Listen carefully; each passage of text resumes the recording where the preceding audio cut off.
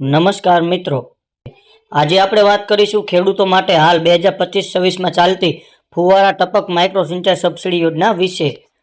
આ વિડીયોમાં તમે શીખશો કેટલી સહાય મળે છે, કોણ પાત્ર છે, કયા દસ્તાવેજો જરૂરી છે, અરજી ક્યાં અને કેવી રીતે કરવી, ડાર્ક ઝોન માટેના ખાસ લાભ જોઈશું અને 100% સાચી અને અપડેટ માહિતી સાથે ચાલો આપણે તો આગળ જોઈએ।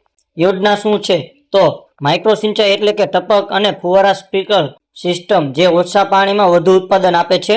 ગુજરાત સરકાર 2025-26માં ખેડૂતોને 70% થી 90% સુધી સબસિડી આપે છે।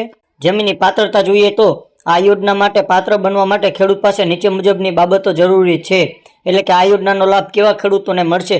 તો અરજદાર ગુજરાતનો ખેડૂત હોવો જોઈએ, ખેડૂતના નામે જમીન હોવી જોઈએ, જેમાં જમીનનો 7, 12 અને 8 ફરજિયાત હોય છે। જમીન ખેતી માટે ઉપયોગમાં લેવાતી હોવી જોઈએ। SC/ST ખેડૂતોને વિશેષ સહાય મળશે। ડાર્ક ઝોન તાલુકાઓમાં વધારાની સબસિડી અને 1 હેક્ટરથી 5 હેક્ટર સુધી તમામ ખેડૂત અરજી કરી શકે છે। દરેક ખેડૂત માત્ર પોતાની જમીન પર જ સિસ્ટમ લગાવી શકશે।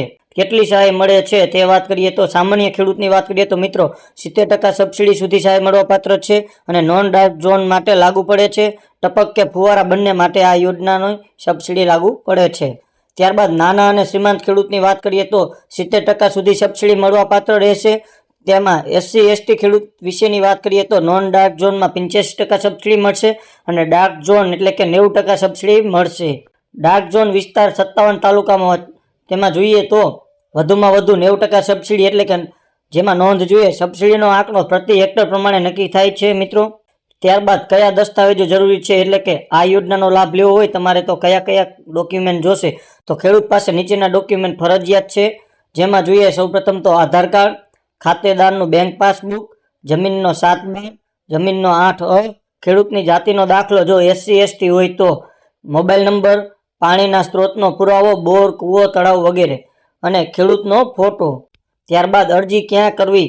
તો મિત્રો અરજી કરવાનું સ્થાન જોઈએ તો તમે ઓનલાઈન અરજી પણ કરી શકો છો, જે આઈ ખેડૂત પોર્ટલ છે, જેની વેબસાઇટ તમે અહીં મિત્રો જોઈ શકો છો કે iKhedoot.gujarat.gov.in પર પોર્ટલ પર માઇક્રો ઇરિગેશન અથવા તો ડ્રીપ અથવા તો સ્પ્રિંકલર પસંદ કરવાનું રહેશે।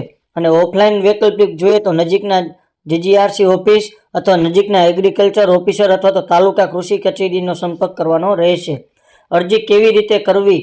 તો સ્ટેપ 1માં જોઈએ તો આઈ ખેડૂત પોર્ટલ ઓપન કરવાનું રહેશે, જેમાં મિત્રો તમારા બ્રાઉઝરમાં તમારે iKhedoot.gujarat.gov.in ખોલવો।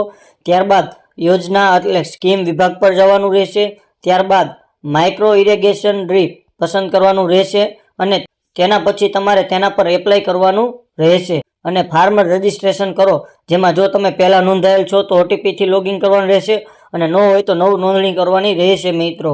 અરજી ફોર્મ ભરો એટલે કે જમીનની વિગતો, પાકની વિગતો, સિસ્ટમ પસંદ કરવી, ડ્રીપ અથવા તો સ્પ્રિંકલ।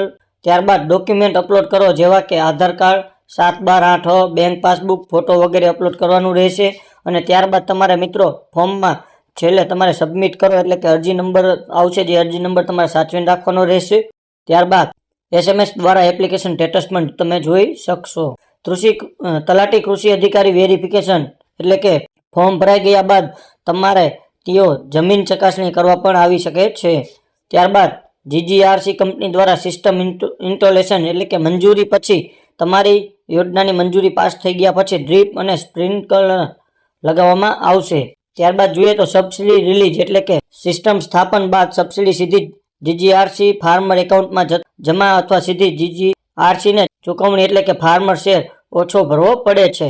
યોજનાના ફાયદા જોઈએ તો ઓછા પાણીમાં વધુ ઉત્પાદન મળે છે, પાણીની 60% બચત થશે, ખાતર ડાયરેક્ટ ઝાડા સુધી પહોંચે, જમીનની ક્વોલિટી સુધરે છે અને સરકારનો મોટો હિસ્સો સબસિડી રૂપે થાય છે।